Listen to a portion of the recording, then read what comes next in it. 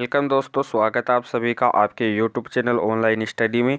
जैसा कि आज को पता है कि जो आपका जो लेक्चर बन रहा है वो आपका लेक्चर नंबर 3 बनना है।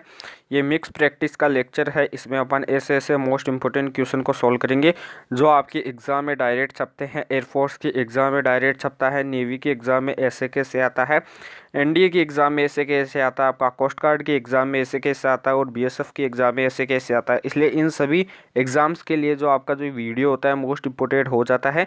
इसलिए वीडियो को क्या करना है, आपको एंड तक देखना है, वीडियो को बीच में छोड़कर नहीं जाना है, क्योंकि वीडियो में मोस्ट इंपॉर्टेंट क्वेश्चन है जो आपके एग्जाम में डायरेक्ट छपते हैं। तो अपन बिना टाइम वेस्ट किए स्क्रीन पे चलते हैं। उससे पहले एक बार दबा के वीडियो को लाइक कीजिए, वीडियो को शेयर कीजिए, कमेंट कीजिए जो सिला जिससे हमें भी मोटिवेशन मिले, आपको भी मोटिवेशन मिले। चैनल को अभी तक सब्सक्राइब नहीं किया तो प्लीज़ चैनल को सब्सक्राइब कर लीजिए। टेलीग्राम चैनल से जुड़ जाइए, डिस्क्रिप्शन में इसका लिंक दिया हुआ है। फर्स्ट क्वेश्चन जो है स्क्रीन पे दिया हुआ है, निम्न में से कौन एक सदिश राशि है, ये आपको बताना है। वेक्टर क्वांटिटी है। जो वेक्टर क्वांटिटी होती है उसमें क्या होती है, दिशा होती है, ये आपको पता होना चाहिए। और ये क्या होती है, आपकी स्केलर क्वांटिटी होती है। स्केलर क्वांटिटी में क्या होता है, अपना दिशा नहीं होती है, ये भी आपको पता होना चाहिए। स्केलर क्वांटिटी में दिशा नहीं होती है और वेक्टर क्वांटिटी में क्या होती है, दिशा होती है। तो जो शक्ति होती है वो आपकी एक प्रकार की अदिश राशि होती है। जो आपका विभव होता है वो एक प्रकार की अदिश राशि होती है। जो आपका कार्य होता है, वर्क होता है, वो एक प्रकार की अदिश राशि होती है। लेकिन जो आपका मोमेंटम होता है, संवेग, इसको पी से शो किया जाता है, एम वी होता है। तो आपको पता होना चाहिए वी पे वेक्टर लगता है तो पी पे भी वेक्टर लगता है। तो जो मोमेंटम होता है इसकी दिशा वेलोसिटी के अनुसार ज्ञात की जाती है। तो मोमेंटम क्या होता है, एक प्रकार की सदिश राशि होती है। तो इसका राइट आंसर क्या हो जाएगा, डी ऑप्शन हो जाएगा। अगले क्वेश्चन की ओर चलते हैं जो आपकी स्क्रीन पे दिया हुआ है, निम्न में से एक प्रकार की सदिश राशि कौन सी नहीं है, ये आपको बताना है। तो जो विस्थापन होता है वो एक प्रकार की सदिश राशि है, ये आपको पता होना चाहिए। जो बल होता है वो एक प्रकार की क्या होती है, सदिश राशि होती है। जो विद्युत आवेश होता है वो एक प्रकार की क्या होती है, अदिश राशि होती है। लेकिन जो आपकी विद्युत तीव्रता होती है वो एक प्रकार की सदिश राशि होती है। तो यहाँ से ये क्या हो जाएगी, आपकी वेक्टर क्वांटिटी हो जाएगी। ये क्या हो जाएगी, ये दोनों भी आपके क्या हो जाएगी, वेक्टर क्वांटिटी हो जाएगी। और जो आपका विद्युत आवेश है ये क्या हो जाएगा, आपका स्केलर क्वांटिटी यानी अदिश राशि हो जाएगी। तो इसका जो राइट आंसर हो जाएगा वो आपका सी ऑप्शन हो जाएगा। अगले क्वेश्चन पे चलते हैं जो आपकी स्क्रीन पे दिया हुआ है, मोस्ट इंपोर्टेंट क्वेश्चन जो आपकी एग्जाम में काफ़ी बार आता है। समरूप चाल से गति का अर्थ क्या होता है, यह बताना है आपको। समरूप चाल जो होती है उससे गति का जो अर्थ होता है वो क्या होता है, पथ का वर्तीय होना, पथ का सर्कुलर होना, वेग का अचर होना, चाल का अचर होना, या फिर नन ऑफ दिस। आपको बताना है कि जो समरूप चाल होती है उसका जो अर्थ होता है वो क्या होता है। उसका अर्थ होता है चाल का अचर होना यानी चाल का कांस्टेंट होना। इसको नोट कीजिए, एग्जाम में डायरेक्ट ऐसे कैसे छपता है। जो पावर होती है उसका एक फॉर्मूला होता है P is equal to V I, व एक फॉर्मूला होता है बी स्क्वायर अपॉन में आर। संधारित्र में जो संचित ऊर्जा होती है उसका फॉर्मूला होता है 1/2 CV स्क्वायर। यहाँ से न्यूमेरिकल आने के काफ़ी चांस होते हैं, मोस्ट इंपोर्टेंट क्वेश्चन बनता है। जैसे आपको बताता हूँ, जो क्या होता है आपका सर्कुलर मोशन होता है, वर्तीय गति होती है। इसमें केंद्र में त्रिज्या की तरफ एक फोर्स लगता है जिसे अपन सेंट्रीपेटल फोर्स कहते हैं, अभिकेंद्रीय बल कहते हैं जिसे Fc से शो किया जाता है। और इसकी जो त्रिज्या के अनुदिश एक त्वरण लगता है यानी जो एक एक्सेलरेशन लगता है जिसे अपन सेंट्रीपेटल एक्सेलरेशन कहते हैं, अभिकेंद्रीय त्वरण कहते हैं। और जो इसकी जो ऊपर पर रेखीय वेलोसिटी लगता है जिसे अपन टेंजेंशियल वेलोसिटी कहते हैं। इनको भी आपको क्या करना है, नोट करना है, एग्जाम में ऐसे कैसे पूछे जाते हैं। अगले क्वेश्चन की ओर चलते हैं जो आपकी स्क्रीन पे दिया हुआ है, मोस्ट इंपोर्टेंट क्वेश्चन जो आपकी एग्जाम में ऐसे कैसे छपता है। दो ग्राफ होते हैं आपका, एक तो बनता है आपका डिस्प्लेसमेंट और टाइम के मध्य, और एक बनता है आपका वेलोसिटी और टाइम के मध्य। यदि डिस्प्लेसमेंट और टाइम के बीच ग्राफ बनाते हैं तो आपका क्या बनता है, जो इनका स्लोप आता है वो क्या आता है, वेलोसिटी आता है। इसको आपको क्या करना है, नोट करना है। स्लोप क्या आता है, वेलोसिटी आता है। वेलोसिटी और वेलोसिटी हम टाइम के बीच में ग्राफ बनाते हैं तो अपना स्लोप क्या आता है, एक्सलरेशन आता है। इसको नोट करना है। तो वेग एवं समय के बराबर जो ढाल होता है, जो प्रवणता आती है वो किसको डिनोट करती है, वेग समय ग्राफ। इसका मतलब क्या हो जाता है, वो एक्सलरेशन को डिनोट करती है। तो इसका जो राइट आंसर क्या हो जाएगा, अपना त्वरण हो जाएगा। नेक्स्ट क्वेश्चन की ओर चलते हैं। विद्युत चालकता का जो मात्रक होता है वो क्या होता है, सीमेंस होता है। ये आपको नोट करना है, मोस्ट इंपोर्टेंट क्वेश्चन हो जाता है। अगले क्वेश्चन की ओर चलते हैं। न्यूटन की गति का क्या होता है, एक तो होता है आपका फर्स्ट लॉ होता है जो क्या होता है, इनर्शिया के नियम पे आधारित होता है। इनर्शिया क्या होता है, इनर्शिया के अनुसार यह होता है कि कोई वस्तु स्थिर है तो वह स्थिर रहना चाहती है जब तक उस पर कोई बाह्य बल कार्य नहीं करता। यदि कोई वस्तु क्या है, गतिशील है तो वह गतिशील रहना चाहती है जब तक उस पर कोई बाह्य बल कार्य नहीं करता है। तो इसे जड़त्व का नियम कहते हैं, इसे इनर्शिया का नियम कहते हैं। प्रथम नियम जड़त्व पे आधारित होता है। जड़त्व तीन प्रकार का होता है। सबसे पहले आता है आपका विराम का जड़त्व। क्या आता है, विराम का दूसरा आता है आपका गति का जड़त्व आता है, तीसरा क्या आता है आपका दिशा का जड़त्व आता है। इन तीनों को आपको नोट करना है, एग्जाम में ऐसे कैसे क्वेश्चन छपा हुआ मिलता है। न्यूटन की जो गति का जो फर्स्ट लॉ होता है वो किस पर आधारित होता है, जड़त्व का नियम भी कहते हैं, उसे क्या कहते हैं, जड़त्व का इनर्शिया का लॉ भी कहा जाता है। राइट आंसर इसका सी ऑप्शन हो जाएगा। अगले क्वेश्चन की ओर चलते हैं जो आपकी एग्जाम में डायरेक्ट पूछा जाता है। जो प्रक्षेपक गति होती है उसकी जो आकृति होती है वो कैसे होती है। सबसे पहले जो प्रक्षेपक गति होती है वो कैसे होती है, पैराबोलिक टाइप में होती है। इसका जो ऊपर वाला घटक होता है वो क्या होता है, अपना यू एक्स कोस थीटा होता है, जो अपना परपेंडिकुलर होता है, ये आपको पता होना चाहिए। इसमें क्या होती है, यहाँ से जाता है और यहाँ पर जाता है, तो पिंड कोई गिरता है, कोई अपन पत्थर को कुछ भी गिराते हैं तो वो पैराबोलिक टाइप में गति करता है, इसे अपन प्रक्षेप्य गति भी कहते हैं। ये प्रक्षेप्य पथ होता है। तो प्रक्षेप्य पथ का जो आकार होता है वो कैसा होता है, पैराबोलिक यानी परवलयाकार होता है। तो इसका राइट आंसर क्या हो जाएगा, परवलयाकार हो जाएगा। अगले क्वेश्चन की ओर चलते हैं जो आपकी स्क्रीन पे दिया हुआ है। जब दूध को मथा जाता है तो इससे मक्खन अलग हो जाता है, यो किसके कारण होता है, ये आपको बताना है। जब दूध को मथा जाता है तो इससे मक्खन अलग हो जाता है, किसके कारण होता है, ये आपको बताना है। अपकेंद्रीय बल के कारण ये सब होता है। किसके बल के कारण होता है, अपकेंद्रीय बल के कारण। तो इसका जो राइट आंसर हो जाएगा वो क्या हो जाएगा, अपकेंद्रीय। अपकेंद्रीय को इंग्लिश में बोला जाता है आपका सेंट्रीफ्यूगल फोर्स। क्या बोला जाता है, सेंट्रीफ्यूगल फोर्स बोला जाता है। तो इसका राइट आंसर हो जाएगा अपकेंद्रीय बल। यह बाहरी सतह पर कार्य करता है, बाहर की तरफ कार्य करता है। अंदर की तरफ कौन सा करता है, अभिकेंद्रीय बल करता है। नेक्स्ट क्वेश्चन की ओर चलते हैं जो आपकी एग्जाम में काफ़ी बार आता है। एक आता है आपकी एग्जाम में जो आपका जो घर्षण बल होता है वो क्या है। जो आपका घर्षण बल है वो क्या है, एक प्रकार का असंरक्षी बल होता है। जो घर्षण बल होता है वो क्या होता है, एक प्रकार का असंरक्षी बल होता है। वहीं से एक क्वेश्चन घूमता है कि आपका जो श्यान बल होता है वो क्या होता है, ये बताना है। संरक्षी बल होता है, असंरक्षी बल होता है, स्पर्श बल होता है, या फिर नन ऑफ दिस।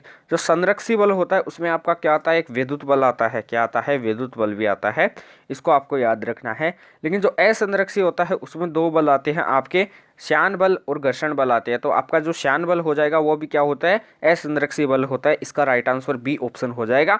अगले क्वेश्चन की ओर चलते हैं जो आपकी स्क्रीन पे दिया हुआ है, मोस्ट इंपोर्टेंट क्वेश्चन। चाल व दूरी में संबंध क्या होता है, कि जो चाल होती है वो ग्रेटर देन इक्वल होती है आपकी दूरी। अब एग्जाम में आपका जो यहाँ से क्वेश्चन बनता है वो कैसे बनता है मैं बताता हूँ। एग्जामिनर आपसे पूछेगा कि चाल अपॉन में जो दूरी का अनुपात होता है वो क्या होता है, वो 1 या फिर 1 से बड़ा होता है। यदि आपसे पूछा जाता है कि दूरी और चाल का जो अनुपात होता है वो क्या होता है, वो 1 या फिर 1 से छोटा होता है, ये भी आपको पता होना चाहिए। दोनों यहाँ से क्वेश्चन बन सकते हैं। तो चाल व दूरी में जो संबंध होगा वो आपकी स्क्रीन पे दिया हुआ है।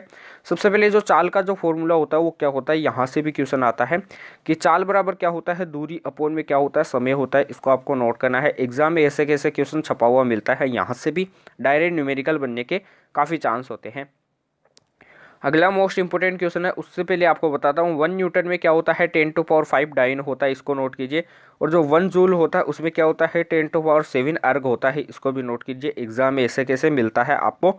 मोस्ट जो आपका जो 1 क्या होता है, 1 फेरड होता है। क्या होता है, 1 फेरड, उसमें क्या होता है 96,500 कूलाम होता है। क्या होता है, 96,500 कूलाम होते हैं, आवेश होता है, ये आपको पता होना चाहिए। मोस्ट इंपोर्टेंट क्वेश्चन होता है। संधारित्र में जो संचित आवेश होता है वो होता है Q बराबर CV, इसको भी आपको नोट करना है। एक अश्व शक्ति होती है, यानी जो एक HP होती है, एक हॉर्स पावर होती है जिसे HP बोला जाता है, उसमें कितने वाट पावर होती है ये आपको बताना है। 246 वोट, 746 वोट, या फिर 146 वोट, या फिर 481 वोट। ये आपको मैं बताता हूँ कि जो एक HP होता है इसकी वैल्यू क्या होती है, इसकी वैल्यू होती है 746 वोट होती है। एग्जाम में ऐसे कैसे छपा हुआ मिलता है, इसको आपको नोट करना है। 1 kWh की वैल्यू क्या होती है ये आपको पता होना चाहिए। 3.6 × 10⁶ जूल होती है। एग्जाम में ऐसे कैसे आया हुआ है, प्रीवियस ईयर क्वेश्चंस उठा के देखोगे तो वहाँ पे ऐसे कैसे छपा हुआ मिलेगा एग्जाम में। अगले क्वेश्चन पे चलते हैं जो आपकी स्क्रीन पे दिया हुआ है, मोस्ट इंपोर्टेंट क्वेश्चन। पूर्णतः प्रत्यास्थ टक्कर के लिए ई का मान क्या होता है। ई को क्या बोलते हैं अपन, प्रत्यास्थता गुणांक बोलते हैं। क्या बोलते हैं, प्रत्यास्थता गुणांक, ये आपको पता होना चाहिए। जो ई होती है पूर्णतः प्रत्यास्थ टक्कर का मतलब होता है कि उनमें क्या होती है, पूर्ण रूप से क्या होती है, टक्कर होती है, ये आपको पता होना चाहिए। यदि ए पिंड है और ये बी पिंड है, इसका M1 मास है, इसका M2 मास है, इन दोनों में टक्कर होती है तो इनका जो मोमेंटम हो जाता है वो M1v1 बराबर क्या हो जाता है, M2v2 हो जाता है। और जो मोमेंटम होता है वो एक प्रकार की कंजर्व क्वांटिटी होती है, संरक्षित राशि होती है, ये आपको पता होना चाहिए। जो पूर्णतः प्रत्यास्थ टक्कर होती है उसके लिए जो ई का मान होता है वो क्या होता है, ई का मान 1 होता है, ये आपको पता होना चाहिए। इसका राइट आंसर ए ऑप्शन हो जाएगा। नेक्स्ट क्वेश्चन की ओर चलते हैं। चंद्रमा पर स्मॉल जी यानी गुरुत्वीय त्वरण, स्मॉल जी को बोलते हैं अपन गुरुत्वीय त्वरण का मान क्या होता है ये आपको पता बताइए। जो स्मॉल जी होता है चंद्रमा, इस पर गुरुत्वीय त्वरण का मान क्या होता है, और जो पृथ्वी पे होता है वो क्या होता है, पृथ्वी पे स्मॉल जी होता है जिसकी वैल्यू होती है 9.8 मीटर पर सेकेंड स्क्वायर, या फिर इसको अपन अप्रोक्स मान लेते हैं 10 मीटर पर सेकेंड स्क्वायर के इक्वल। लेकिन जो चंद्रमा पे जाते हैं तो वहाँ पे गुरुत्वीय त्वरण क्या हो जाता है, G/6 हो जाता है। अब G/6 से आप निकाल सकते हो कितना कम हो जाता है। क्वेश्चन यहाँ से इससे कैसे छपा हुआ मिलता है, जैसे मैं बताता हूँ कैसे। चंद्रमा पर टाइम पीरियड का जो मान होता है वो क्या होता है ये आपको बताना है। जो पृथ्वी पर जो टाइम पीरियड होता है वो क्या होता है, 2π√L/g होता है। अब अपन जानते हैं कि चंद्रमा पे जो जी होता है वो क्या होता है, G/6 होता है। तो अपन एल नीचे क्या रख देंगे, G/6 कर देंगे। G/6 का मतलब क्या होता है कि G पहले कितना था आपका 10 मीटर पर सेकेंड था, अपन अप्रोक्स 10 मानते हैं। तो G/6 का मतलब क्या हो जाएगा, 10 से कम हो जाएगा। तो G की वैल्यू क्या हो जाएगी, यहाँ पे कुछ कम हो जाएगी। यदि G की वैल्यू कम होती है, नीचे वाली चीज़ को अपन कम करते हैं तो ऊपर वाली चीज़ क्या होती है, बढ़ती है, क्योंकि इनमें व्युत्क्रमानुपाती का संबंध आता है। ये देखिए यहाँ से G में यदि G को अपन क्या करते हैं, कम करते हैं, तो जो आपका जो टाइम पीरियड है वो क्या हो जाता है, इंक्रीज हो जाता है। तो यहाँ पे यदि अपन चंद्रमा पे जाते हैं तो वहाँ पे G की वैल्यू कम होने की वजह से टाइम पीरियड का मान क्या हो जाता है, बढ़ जाता है। तो इसका राइट आंसर ए ऑप्शन आ जाएगा। आपके exam air force, navy, ICG, NDA सभी एग्जाम में आया हुआ मोस्ट इंपोर्टेंट क्वेश्चन है। अगले क्वेश्चन पे चलते हैं। पृथ्वी के गुरुत्वीय त्वरण का जो मान होता है वो अधिकतम किस पे होता है ये आपको बताना है। जो पृथ्वी होती है यहाँ पे आपका क्या होता है, एक्सिस पे इक्वेटर होता है, वाई एक्सिस पे आपका क्या होता है, पोल होता है। इक्वेटर का मतलब क्या होता है, भूमध्य रेखा या फिर विषुवत रेखा होती है। और जो आपका पोल होता है इसका मतलब होता है ध्रुव रेखा होती है, ध्रुव होता है। जब भी इक्वेटर से पोल की तरफ जाते हैं अपन, यानी पोल पे जाते हैं, तो पोल पे तो क्या होता है, जी की वैल्यू ज़्यादा होती है तो अपनी भार की वैल्यू भी ज़्यादा होती है। इक्वेटर पे जी की वैल्यू कम होती है तो भार की वैल्यू भी कम होती है। यहाँ पे इक्वेटर के कारण जो एंगल बनता है वो आपका थीटा कितना बनता है, 0 डिग्री। पोल के कारण जो आपका थीटा बनता है वो आपका कितना बनता है, 90 डिग्री। इनको आपको नोट करना है। लेकिन क्वेश्चन आपसे पूछा जा रहा है कि पृथ्वी के गुरुत्वीय त्वरण का जो मान होता है वो अधिकतम यानी मैक्सिमम कहाँ पर होता है, ध्रुव पर होता है, केंद्र पर होता है, या फिर विषुवत रेखा पर, या फिर जीरो पर। जो केंद्र पर क्या पूछा जाता है कि गुरुत्वीय त्वरण का मान क्या होता है, या आप नोट कीजिए क्या होता है, शून्य होता है। एग्जाम में ऐसे कैसे मिलता है आपको। लेकिन जो मैक्सिमम मान होता है वो कहाँ पे होता है, पोल पे होता है, ध्रुव पे होता है। तो इसका जो राइट आंसर हो जाएगा वो क्या हो जाएगा, ए ऑप्शन हो जाएगा। अगली क्वेश्चन की ओर चलते हैं जो आपकी स्क्रीन पे दिया हुआ है। प्लाइन वेग का जो मान होता है वो क्या होगा। सबसे पहले प्लाइन वेग क्या होता है कि इस वेलोसिटी से अपन किसी भी वस्तु को फेंकते हैं तो वो पृथ्वी की सीमा को पार करके बाहर चली जाती है और अन्यथा कभी भी बाहर अंदर नहीं आती है। जो प्लाइन वेग का फॉर्मूला होता है वो होता है VE = √2 होता है। तो VE क्या हो जाएगा, √2GR क्या हो जाएगा, √2GR हो जाएगा। तो यहाँ से एक संबंध बनता है जो आपकी एग्जाम में डायरेक्ट आता है कि VE बराबर क्या होता है, √2V0 होता है। VE का मतलब क्या होता है अपना एस्केप वेलोसिटी यानी प्लाइन वेग होता है। V0 का मतलब क्या होता है अपना ऑर्बिटल वेलोसिटी यानी क्या होता है, कक्षीय वेग होता है। आपसे पूछा जाता है कि VE/V0 का जो रेशियो होगा वो क्या होगा, √2/1 होगा। एग्जाम में एक क्वेश्चन यहाँ से आता है, एक आता है V0/VE का जो रेशियो होगा वो क्या होगा, 1/2 रेशियो होगा, 1/√2 रेशियो होगा। एग्जाम में क्वेश्चन यहाँ से दो छपने के चांस होते हैं, काफ़ी मोस्ट इंपोर्टेंट। जो स्क्रीन पे दिया हुआ है प्लाइन वेग का जो मान होता है वो क्या होता है, 17.2 किलोमीटर पर सेकेंड। सॉरी अपन ने पर सेकेंड नहीं लगाया तो आप पर सेकेंड भी लिख लीजिएगा, यहाँ पे पर सेकेंड भी लिख लीजिएगा, क्योंकि वेलोसिटी का जो मात्रक होता है वो मीटर पर सेकेंड या फिर किलोमीटर पर सेकेंड में होता है। तो इसका जो राइट आंसर हो जाएगा वो आपका क्या हो जाएगा, 11.2 किलोमीटर पर सेकेंड हो जाएगा, बी ऑप्शन हो जाएगा। अगले क्वेश्चन पे चलते हैं जो आपकी स्क्रीन पे दिया हुआ है, most important question. Surface tension की उत्पत्ति का जो कारण होता है वो क्या होता है। सबसे पहले जो वर्षा की बूंद होती है उसका गोल आकार किसके कारण होता है ये आपको बताना है। जो वर्षा की बूंद होती है उसका गोल होना, गोल आकार किसके कारण होता है, वो सरफेस टेंशन यानी पृष्ठ तनाव के कारण होता है। इसको आपको क्या करना है, नोट करना है। एग्जाम में ऐसे कैसे छपा हुआ मिलता है।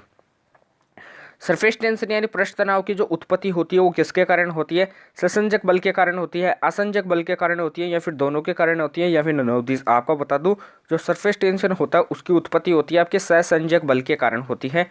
नेक्स्ट क्वेश्चन की ओर चलते हैं जो आपकी एग्जाम में ऐसे कैसे क्वेश्चन छपे हुए मिलते हैं, इनसे भी मोस्ट इंपोर्टेंट क्वेश्चन आने के काफ़ी चांस होते हैं, इसलिए आपको इसको भी मोस्ट इंपोर्टेंट लगाना है। एक आपका क्या होता है, उत्तल लेंस होता है। एक प्रकार का क्या होता है आपका अवतल लेंस होता है, दोनों को नोट करना है। उत्तल होता है इसकी जो फोकस दूरी होती है वो क्या होती है आपकी पॉजिटिव होती है। अवतल होता है इसकी जो फोकस दूरी होती है वो आपकी नेगेटिव होती है। दोनों को मोस्ट लगा लीजिए। यहाँ से पावर के बारे में पूछा जाता है पी, तो पी भी पॉजिटिव होगी और इसके लिए अवतल के लिए पी भी क्या होगी नेगेटिव होगी। पी को बोला जाता है क्षमता बोला जाता है। तो क्षमता का फॉर्मूला क्या होता है 1/f होता है कब, जब f मीटर में है। 100/100 में f होता है कब, जब f किस में है सेमी में है। तो आपको दोनों को मोस्ट इंपोर्टेंट लगा लेना है। एग्जाम में एक क्वेश्चन छपा हुआ यहाँ से जरूर मिलेगा आपको, जो एग्जाम में ऐसे कैसे मिलता है। उत्तल लेंस की फोकस दूरी कैसी होती है धनात्मक होती है, तो इसका राइट आंसर क्या हो जाएगा ए ऑप्शन हो जाएगा। अगले क्वेश्चन की ओर चलते हैं। एसएचएम में वेग होता है ये आपको बताना है। सबसे पहले जो एसएचएम होता है इसमें वेलोसिटी का फॉर्मूला क्या होता है omega under root of A square minus O Y square होता है।